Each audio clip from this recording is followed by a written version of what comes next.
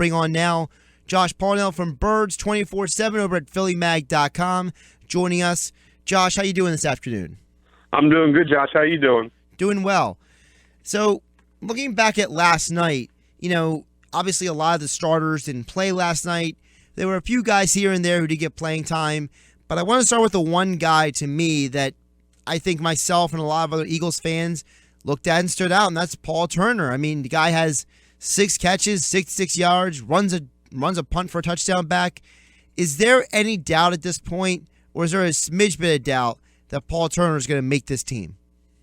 Yeah, I mean, there is some doubt, actually. And really, Paul Turner's competition for that 5th receiver spot isn't with anyone else on the roster. It's with guys who are going to potentially be cut on all the other rosters in the next 24 hours. And I think that's really where he needs to worry. I mean, there aren't any other receivers that would make it over Paul Turner, but I think it's very possible. I mean, it wouldn't really surprise me if Paul Turner is relegated to the practice squad, or the Eagles hope they can just stash him on the practice squad because the Eagles aren't very happy with this wide receiver unit, and I think it's very possible that they try to take a look around, see what else is out there.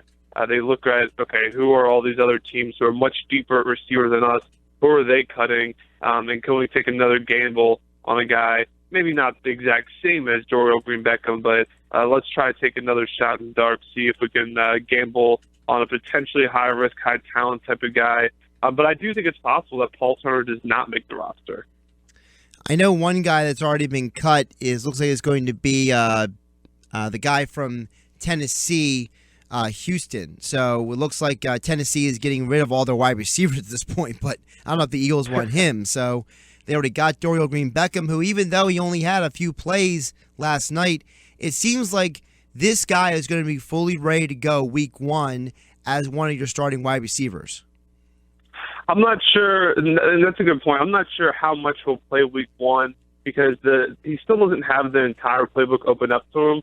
But what he does have opened up to him, obviously he's done well at. I mean, he's definitely going to be a guy that they want to target in the red zone with the fade route, as we've seen time and time again in the preseason. Last night, he did a really nice job of beating press man coverage on that quick slant route that he picked up 15 or 16 yards on.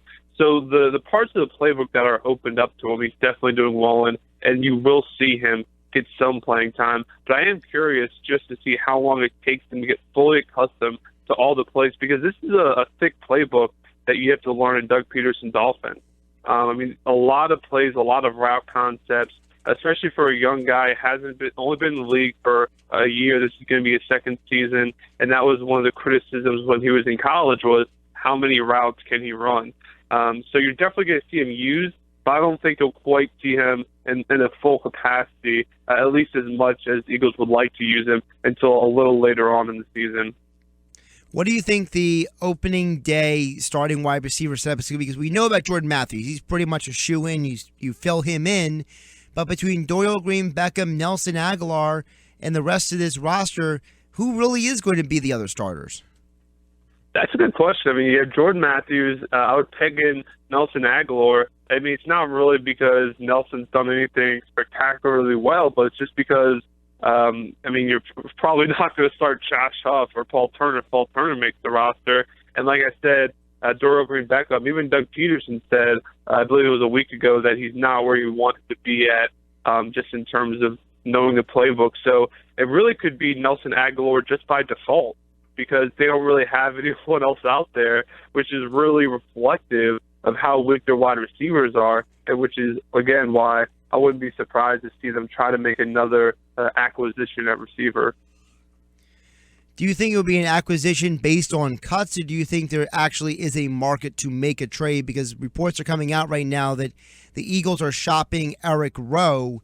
So, is maybe acquiring another receiver in the cards, or was DJB the only receiver they would potentially trade for?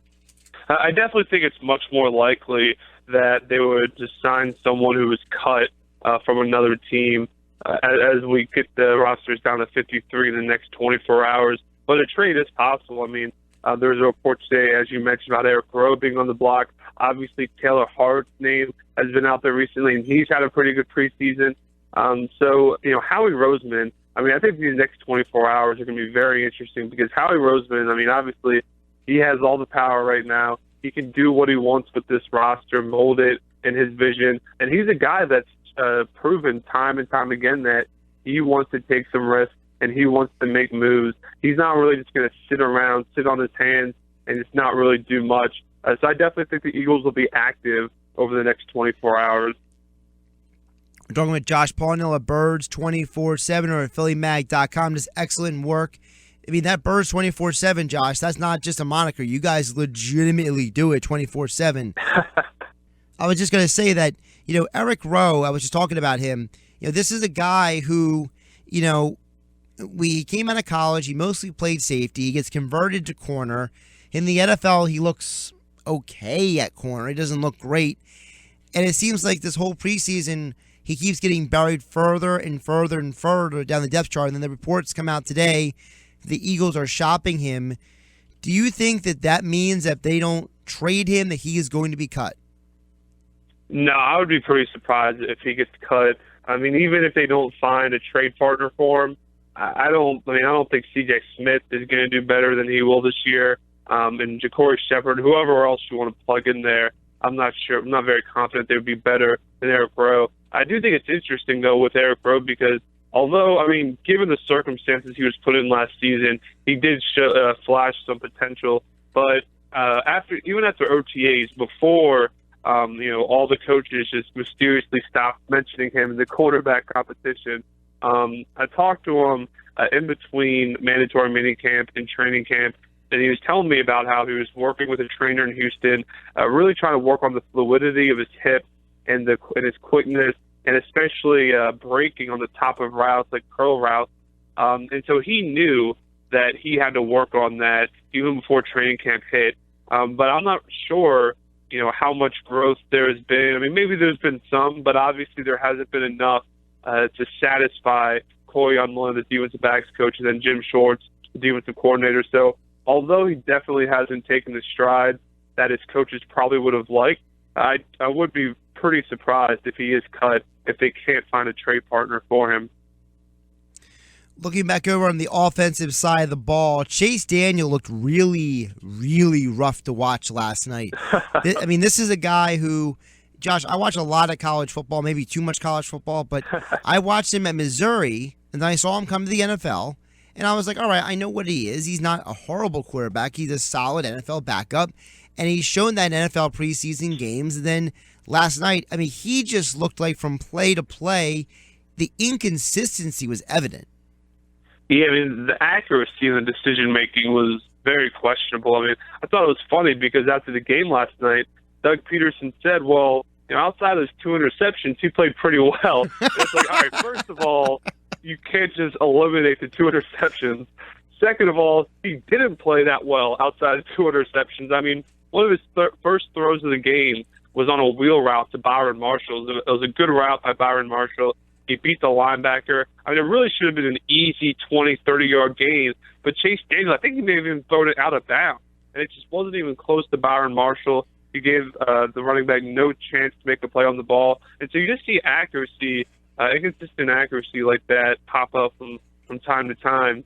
And then the decision-making, as I mentioned before, that first interception he threw, at first I thought he couldn't have seen the linebacker because, why else would you throw the ball?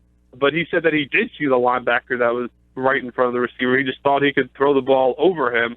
And I went back and looked at the replay, and I don't know how he was going to throw the ball over the linebacker and get it to the receiver unless he had like an 8-foot-tall receiver out there. So, it's definitely not encouraging what you see from Chase Daniel. And what it really makes me think about is, okay, are we going to see Carson Wentz not start, but we're going to see Carson Wentz active for game day sooner than we thought because Chase Daniel hasn't shown that much as a backup. And even though he knows the playbook, Doug Peterson loves him, how much would he be able to give you in the middle of the season if Sam Bradford goes down? And would that be more than what Carson Wentz could give you? Listen, I've bought fully into this whole sitting Carson Wentz thing for the year, but after seeing Chase Daniel last night, it definitely makes you wonder, was giving that $7 million really worth it? Oh, yeah. When that deal first happened, I liked the deal. I thought it was a smart move for Doug to bring in a guy who could help the rest of the QB room learn the playbook, get accustomed to things, and be a pretty good backup. But, we've only seen him play, so a little bit in the preseason, and maybe it's not going to be entirely indicative of how he is in the regular season, but there was just not much room to believe that was a good contract that the Eagles gave Chase Daniel. At the amount they gave him, was it 3 years, $21 million? That definitely could turn out to be a head scratcher for the Eagles. Another guy who had a interesting game last night was Steven Means. I mean, it seems like every game this guy is getting a sack, getting tackles. He's always making plays. Is there any way that I don't see how this guy doesn't make the roster, because you want a guy who is a backup who can come in there and be an impact player, and he is that kind of player. Oh, yeah, I completely agree. Steven Means has made it virtually impossible for the Eagles to cut him. And, before Marcus Smith returned from his concussion, the way I really thought about it was, man, Steven Means is probably taking Marcus Smith's job. And Marcus Smith, since coming back from the concussion, has actually played pretty well, not just in pass rushing situations, but against the run as well. And Jim Schwartz, I thought it was funny. Jim Schwartz is not one to just give out compliments freely, but he was very praiseworthy a week ago about Marcus Smith. So I think it evolved from, okay, is it going to be Steven Means or Marcus Smith? And do they really have to keep both now? Because they both played pretty well. Jim Schwartz likes to use a big rotation on his defensive line. He really likes to get guys in and out. So I think both Steven Means and Marcus Smith will make the roster now. But it's definitely been an interesting position battle to follow over the last 4 preseason games. Josh Paunil from Birds 24/7 at PhillyMag.com. You can follow him on Twitter at Josh Paunil. Over on Twitter, you posted your projections for the 53-man roster. And speaking of the defensive line, you have 10 guys making it. And, I understand Steven Means. I understand Marcus Smith. I know Brayman plays a lot in special teams. I understand all those guys. But weren't the Eagles just trying to trade Taylor Hart?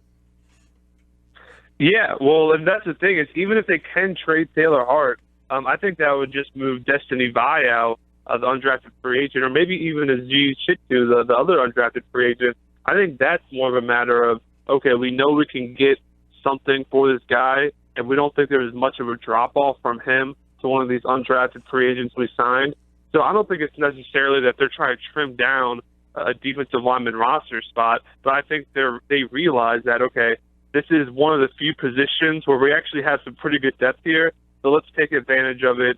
Trade Taylor Hart probably to a 3-4 scheme where the team will value him more and be willing to give us something for him. So I think trading Taylor Hart is more so just to get value, and then we can use one of our undrafted free agents if we want to take his roster spot.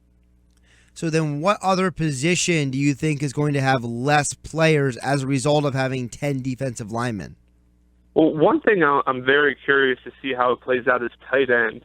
Doug Peterson has said a couple of times that he wants to have 4 tight ends and even maybe have 4 tight ends active on game day, which obviously is a lot to have. But Chris Pantelli, after what we've seen from him in the preseason, I'm just not sure how the Eagles can keep him. The number of drops, I think he had 3 drops just last night. And This isn't something that only happens and Josh, they weren't drops just because it was a bad throw. I mean, they were drops. He could have caught all those balls.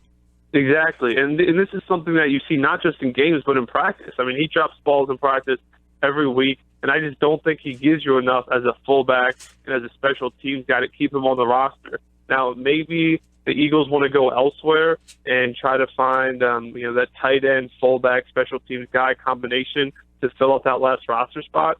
But I think they could go lighter at tight end than people expect.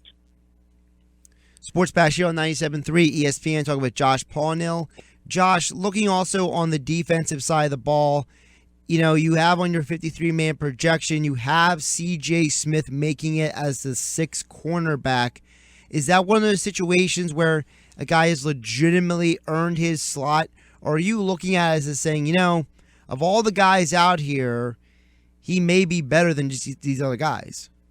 I think it is a it is a case of he earned his spot. I mean, when he came in here, I mean, who would have thought that C.J. Smith would be the guy out of North Dakota State that has been the most impressive guy in the preseason? I mean, when he came in during the spring, I mean, he was very open, and he acknowledged how, if the Eagles didn't get Carson Wentz, there's a pretty good chance I wouldn't be here right now because they wouldn't even know who I am. But he's really taken advantage of the opportunity he has. It's no guarantee that the Eagles keep 6 cornerbacks. They could only keep 5, but C.J. Smith has definitely played his way into the conversation. It really struck me a couple of weeks ago talking to Malcolm Jenkins. I mean, Malcolm Jenkins is another guy where he's not just going to go out saying nice things about other people just to do it. But he was very praiseworthy of C.J. Smith. He was just explaining how, at the time, he said, I don't think anyone's caught a ball on C.J. in practice or a game in like 10 days. And he just talked about how every day you see the growth, and particularly from the spring to the summer, you saw a noticeable jump in his game. So I think at worst, C.J. Smith is a practice squad player for the Eagles, but he's definitely played his way onto a pretty good chance of making the roster. It also helps that he can play special teams as well, right? Absolutely. I mean, that's the thing, that when you're one of the last few guys on this roster, or even off the roster, you have to be able to play special teams. The more special teams units you can play on, the better. I mean, that's why Brian Brayman and Chris Maragos, those are two guys that, I think they're pretty likely to make a team, especially Maragos. Brayman's a little bit more questionable, but both of those guys, the reason that they're in position to make a team is because of what they give you on special teams. You have to be able to rely on those guys at the bottom of the roster to give you something in special teams, because you're not going to have your 4th safety or your 6th defensive end contribute much on defense. But as we've seen before, special teams can make a huge difference in games, and especially when you have a punt returner like Darren Sproles, get that guy a couple of blockers and spring him loose. Speaking of guys from last night, there were 2 guys who didn't play that was interesting, and that was Lane Johnson and Stefan Wisniewski. Those are 2 guys who we had thought going into the game they were going to play. Even Doug Peterson said during the week, yeah, Lane's going to play on Thursday. He needs to get some reps in.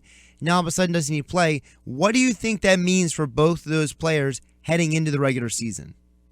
Well, for Lane Johnson, I think it means that he's a starting right tackle for Week 1 against the Browns.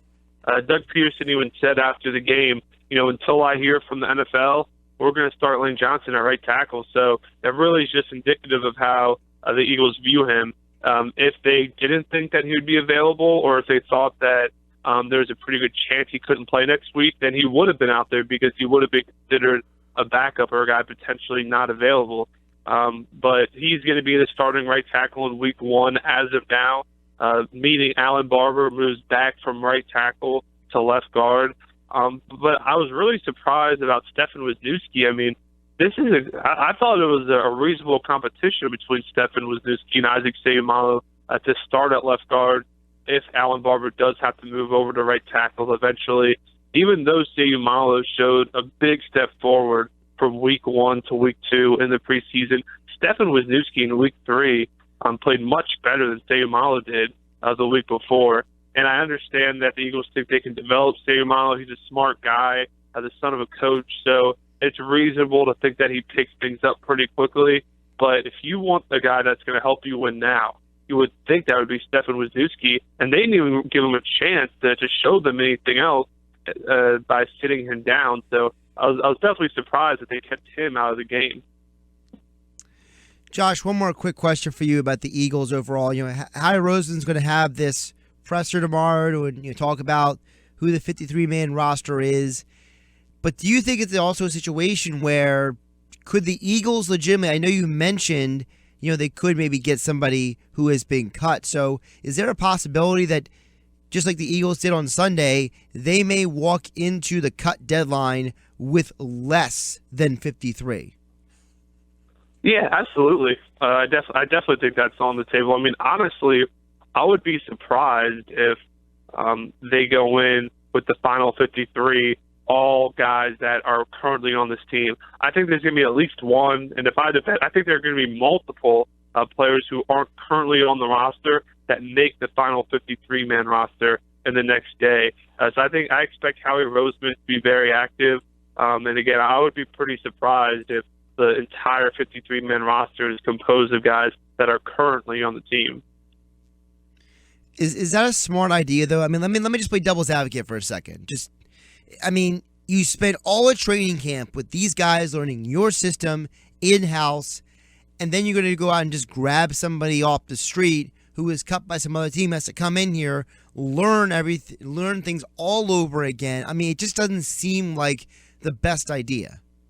That's a very fair point, but what I think you have to consider is just how weak this roster is from top to bottom and how unhappy the front office is with it. I mean, just going back to what we said a little while ago, Nelson Aguilar is going to be the number 2 receiver by default because Green-Beckham doesn't know the playbook yet, at least as much as the Eagles want him to.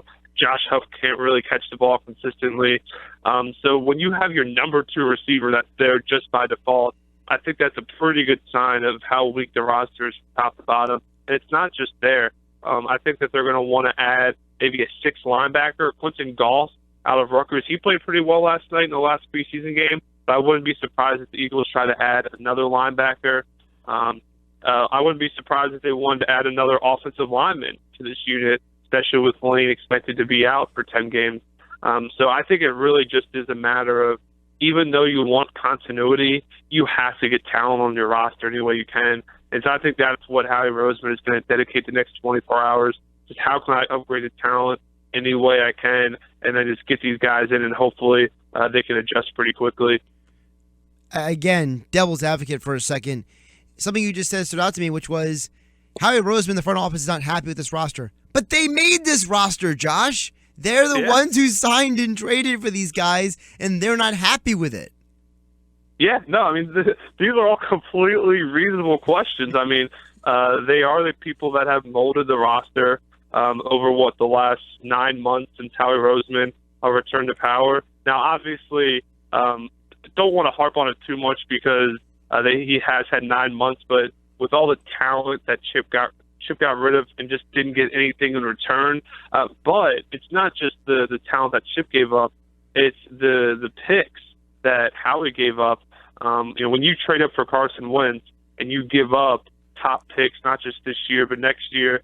And so Howie Roseman has been very open about how that trade for Carson Wentz is forcing them to kind of take chances on guys that maybe they otherwise wouldn't have.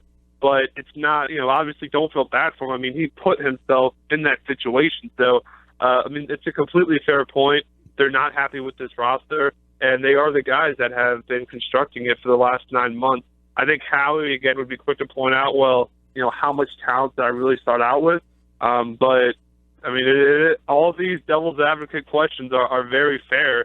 And to be honest with you, those questions are the reason why we don't know how good this team is going to be this year, but we also don't know how good of a direction the team is heading in long term because, what reasons are there out there that we think, okay, this guy is going to be a good general manager, this guy will be a good head coach, this guy will be good head of the scouting department. So there are plenty of big questions out there, which is why the Eagles' future doesn't look that bright right now. We've been talking with Josh Paunil from Birds 24/7 over at PhillyMag.com. Josh, always appreciate the time. I hope you get to enjoy some of the weekend around all the Eagles news. Probably not too much, but hey, I'm excited for some regular season football to get started, so that'll be good enough for me. Awesome. Appreciate the time as always. All right, have a good weekend.